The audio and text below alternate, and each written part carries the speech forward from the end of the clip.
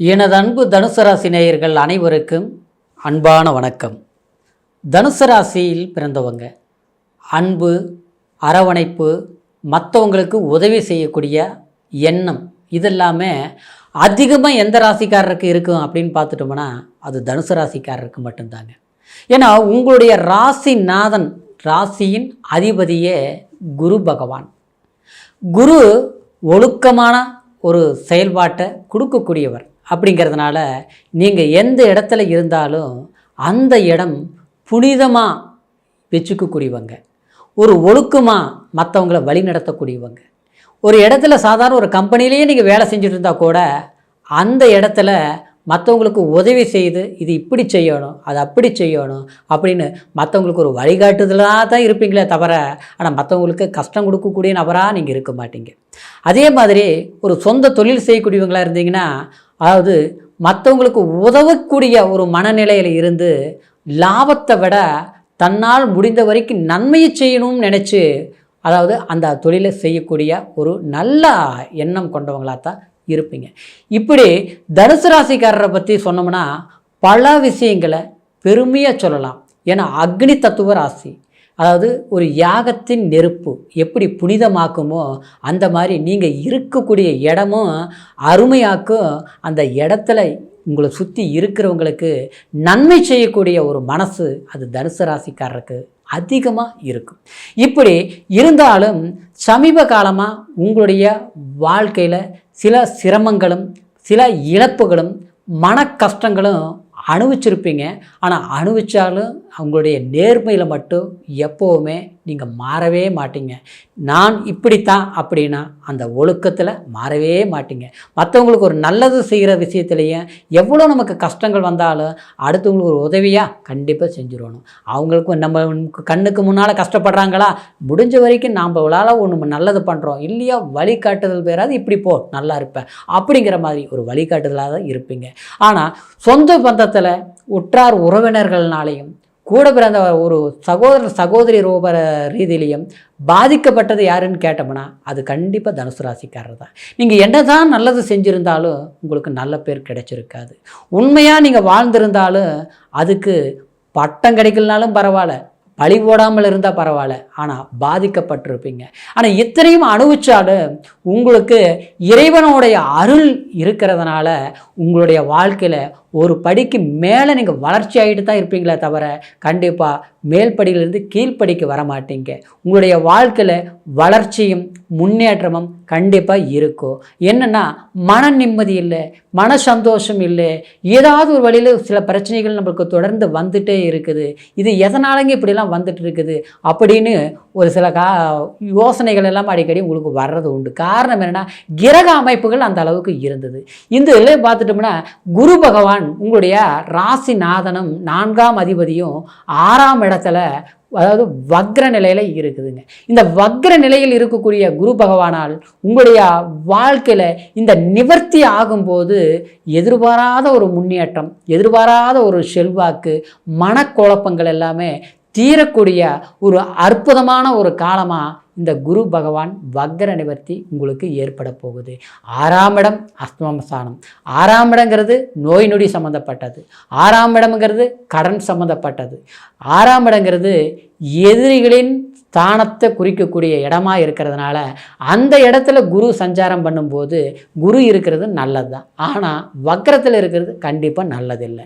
அதனால் நீங்கள் சில நபர்கள் பார்த்தோம்னா கடன் வாங்க வேண்டிய சூழ்நிலை, கட்டாயமாக அடுத்தவங்களுக்கு உதவி செய்து அதில் பிரச்சனைகளை சந்திச்சுட்டு இருக்கக்கூடிய ஒரு சூழ்நிலைகள், வேலைக்கு போய் அந்த இடத்துல வேலை இல்லாத ஒரு சூழ்நிலை, வேலை செய்கிற இடத்துல தேவையில்லாத பிரச்சனைகள் உருவாயிருச்சுங்க அப்படிங்கிற ஒரு சூழ்நிலை, இது எல்லாமே மாறக்கூடிய ஒரு காலம்தான் குரு பகவான் வக்ர நிவர்த்தி. ஏன்னா அந்த ஸ்தானத்தில் குரு இருக்கிற போது நிச்சயமாக இயல்பான நிலைக்கு வரும்போது கடன் பிரச்சனை, வம்பு வழக்கு, கோர்ட்டு கச்சேரி சம்மந்தப்பட்ட ஒரு பிரச்சனைகள் எல்லாமே தீர்க்க வேண்டிய ஒரு காலமாக இந்த வக்ர நிவர்த்தி உங்களுக்கு அமையப்போகுதுங்க.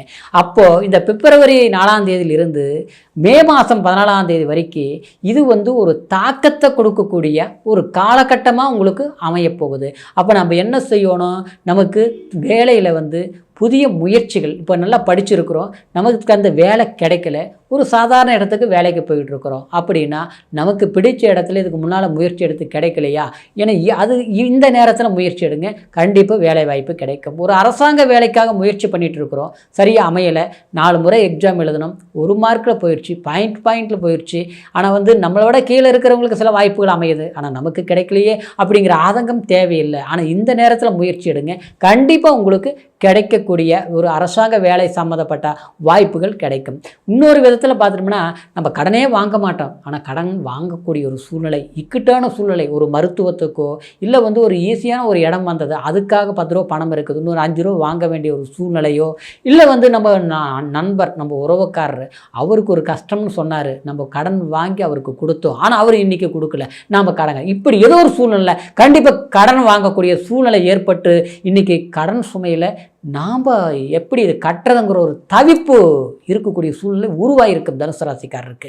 இந்த சூழ்நிலை மாற்றத்தை கொடுக்கக்கூடிய ஒரு வாய்ப்புகள், கடனை கட்டக்கூடிய வாய்ப்புகள், ஒரு குறைந்த வட்டியிலையோ இல்லை எதிர்பாராத நமக்கு ஒரு லாபத்தை கொடுக்கக்கூடிய ஒரு தொழில் வளர்ச்சி கொடுக்கக்கூடிய ஒரு சந்தர்ப்பங்கள் நிச்சயமாக தனுசு ராசிக்கு இந்த பிப்ரவரி 4ஆம் தேதிக்கு இருந்து உங்களுக்கு அமையப்போகுது.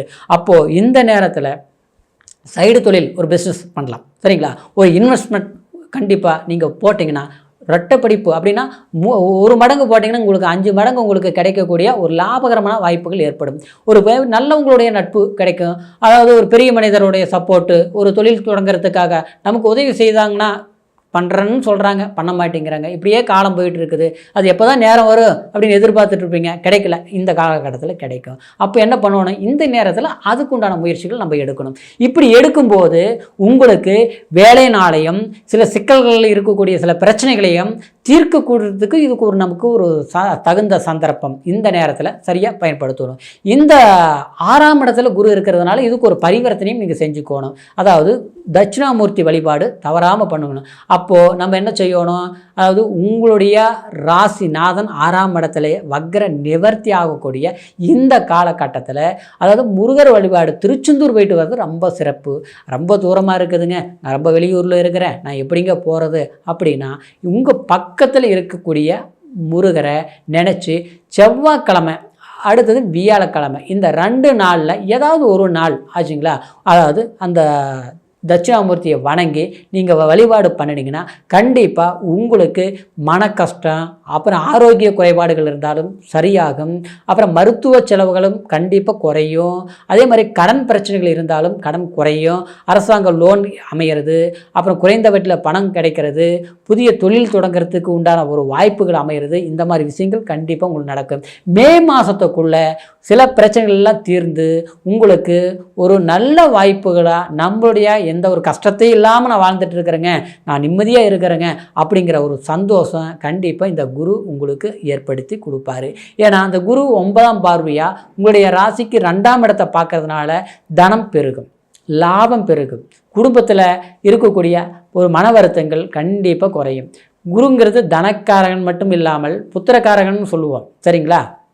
அப்போது குழந்தைகளுக்கு ஒரு நல்ல படிப்பு, இல்லை ஒரு வேலை வாய்ப்பு, இல்லை திருமணம் சம்மந்தப்பட்ட விஷயங்கள் நடக்காமல் இருந்ததுன்னா கண்டிப்பாக இந்த காலகட்டத்தில் முயற்சிகள் எடுத்திங்கன்னா நிச்சயமாக திருமணம் ஒரு வாய்ப்புகள் கைகூடி வரும். வீடு கட்டுற யோகமும் கண்டிப்பாக வீடு வாங்குகிற யோகம் இதெல்லாமே தனுசு ராசிக்கு உகந்த காலங்கிறதுனால நம்மக்கிட்ட 10 ரூபா இருக்குது, இன்னும் லோன் போட்டு கூட நம்ம பண்ணலாம். புதிய முயற்சி எடுத்தோம்னா இத்தனை நாள் பண்ண முடியாத சில விஷயங்கள் செஞ்சு முடிப்பீங்க. எங்கெங்க நான் பிரச்சனை மேலே சிக்கிட்டு இருக்கிறேங்க, இதெல்லாம் தீர்த்தா தாங்க நான் புதிய வாய்ப்புகளை நான் உருவாக்க முடியும் அப்படின்னு நினைக்கக்கூடியவங்களுக்கு பிரச்சனைகளை தீர்ப்பீங்க. புதிய வாய்ப்புகளும் நீங்கள் எதிர்பார்க்கக்கூடிய நன்மைகளும் நடக்கக்கூடிய ஒரு காலம்தான் இந்த குரு பகவானின் வக்ர நிவர்த்தி. ஏன்னா 6ஆம் அதிபதியும் லாபஸ்தானாதிபதியும், புரியுதுங்களா, லாபஸ்தானாதிபதி சுக்கிர பகவான் உங்களுடைய ராசிக்கு 4ஆம் இடத்துல உச்சமடைகிறாரு.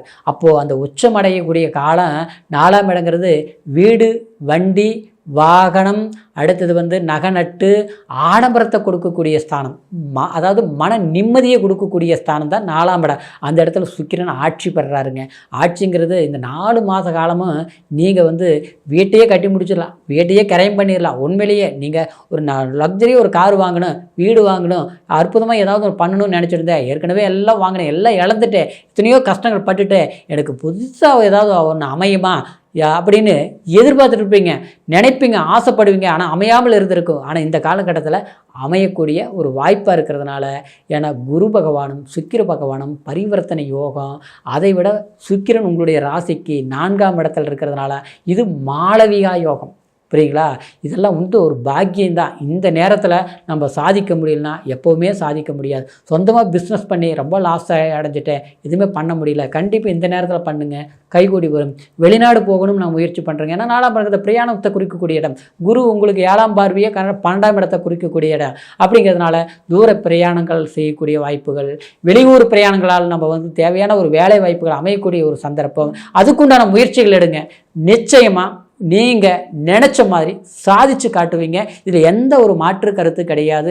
தனுசு ராசிக்கு சுகமான காலமாக தான் அமையப்போகுதுங்க இந்த குரு பகவானின் வக்ர நிவர்த்தி. இப்போ சொன்ன பலன் கோச்சாரம் அப்படிங்கிறதுனால பிறப்பு ஜனன ஜாதகத்தை ஒரு முறை பார்த்துக்குங்க. ஏன்னா ஜனன ஜாதகம் தான் லக்னம் என்ன தசாபுத்தி நடக்குது, அந்த தசாபுத்தி அதாவது யோகாதிபதியா இல்லை பாதகாதிபதியா, இது ஒருத்தருடைய வாழ்க்கைங்க பணம், செல்வாக்கு, சந்தோஷம் இதெல்லாம் கிடைக்கிறது விடாமுயற்சின்னு கடினமான உழைப்பு மட்டும் கிடையாதுங்க. நேரம் கொஞ்சம் சாதகமாக இருக்கணும். நேரம் நம்ம எதை சொல்கிறோம்னா, அதாவது நம்மளுடைய ஜாதகத்தில் நடக்கக்கூடிய திசாபுத்திகளை தாங்க நம்ம சொல்கிறோம். அப்படிங்கிறதுனால நம்மளுடைய ஜாதகத்தில் எந்த ஒரு நல்ல நேரம் நடக்குதா இல்லை கெட்ட நேரமாக இருந்ததுன்னா இந்த நேரத்தில் எது செய்யணும் எது செய்யக்கூடாதுங்கிறது நம்ம முடிவு பண்ணுறது நம்மளுடைய பிறப்பு ஜனன ஜாதகத்தை வச்சு தாங்க. அப்படிங்கிறதுனால உங்களுடைய ஜாதகத்தை நம்மக்கிட்ட பார்க்கணும்னு நீங்கள் நினச்சிங்கன்னா கீழே இருக்கிற நம்பருக்கு ஃபோன் பண்ணுங்கள். சரிங்களா? கேட்டு தெரிஞ்சுக்கிட்டு புதிய முயற்சிகள் எடுங்க. கண்டிப்பாக குரு பகவானின் வக்ர நிவர்த்தியில் இருந்து உங்களுடைய வாழ்க்கை வளர்ச்சி இருக்கும் அப்படிங்கிற ஒரு மகிழ்ச்சியான ஒரு வார்த்தைகளால் மட்டும் இல்லாமல் அது வாய்ப்புகளாக பயன்படுத்துங்க. கண்டிப்பாக நல்லா இருக்கும். மீண்டும் அடுத்த பதிவில் சந்திக்கிற வரைக்கும் நன்றி, வணக்கம்.